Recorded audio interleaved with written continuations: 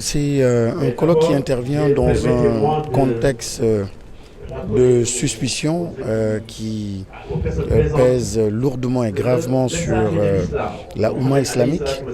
Un contexte où parler de religion inquiète beaucoup, mais comme un vaccin, les microbes, lorsqu'ils sont administrés d'une certaine façon, vous permettent après de résister en fait aux microbes ou à la maladie.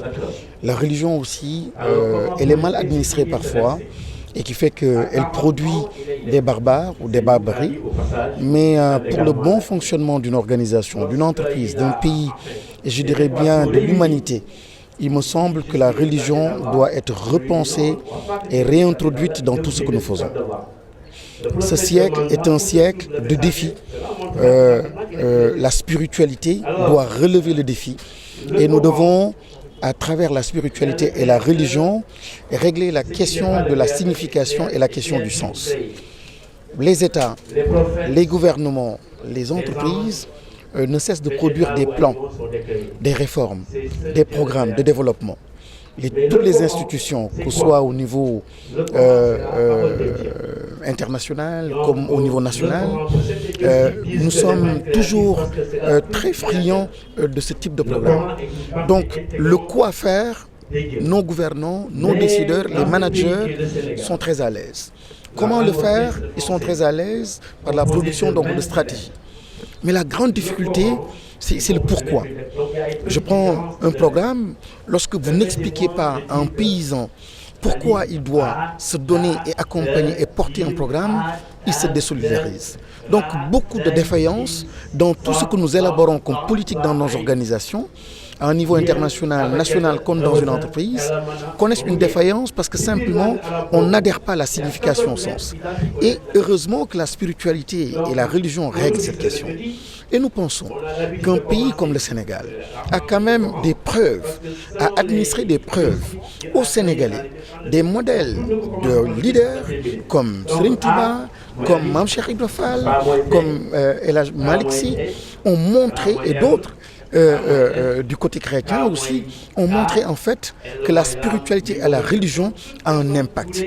Et malheureusement, cette énergie et cette source d'inspiration n'est pas prise en compte dans nos modèles d'éducation. Et nous pensons, et nous sommes en train de connaître des échecs successifs. Et bizarrement, il y a un complexe de l'intellectuel qui refuse encore de ramener cette puissance-là et cette source d'inspiration dans ce que nous devons faire. Nos entreprises ne connaissent pas la discipline.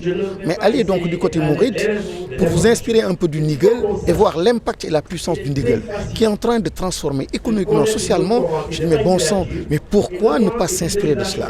Regardez à Khelcom ce qu'un leader comme Serigne Saliou a réussi à faire, à amener donc le goût, à inspirer des jeunes, à aimer l'agriculture.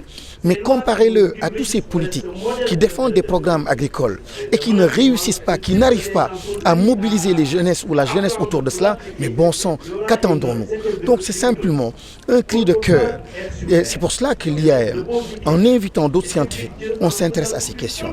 C'est peut-être comme une sorte de provocation, mais c'est simplement aussi le fait de s'assumer enfin, qu'on assume ce que nous sommes, qu'on assume notre mouridisme, notre tidjaniya, ce que nous sommes, notre christianisme, et que petit à petit, nous introduisions ces éléments-là de spiritualité dans l'éducation et dans nos process de prise de décision de façon générale.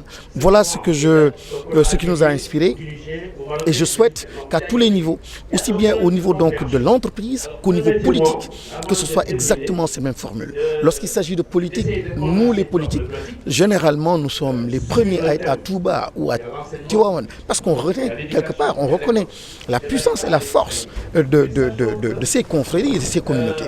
Mais lorsqu'il s'agit d'œuvrer et de prendre des décisions, et là il y a comme un complexe du politique et de l'intellectuel. Il faudrait simplement que l'Afrique réinvente les process, réinvente les modèles d'éducation, réinvente les modèles de management. C'est un peu le sens de ce colloque-là.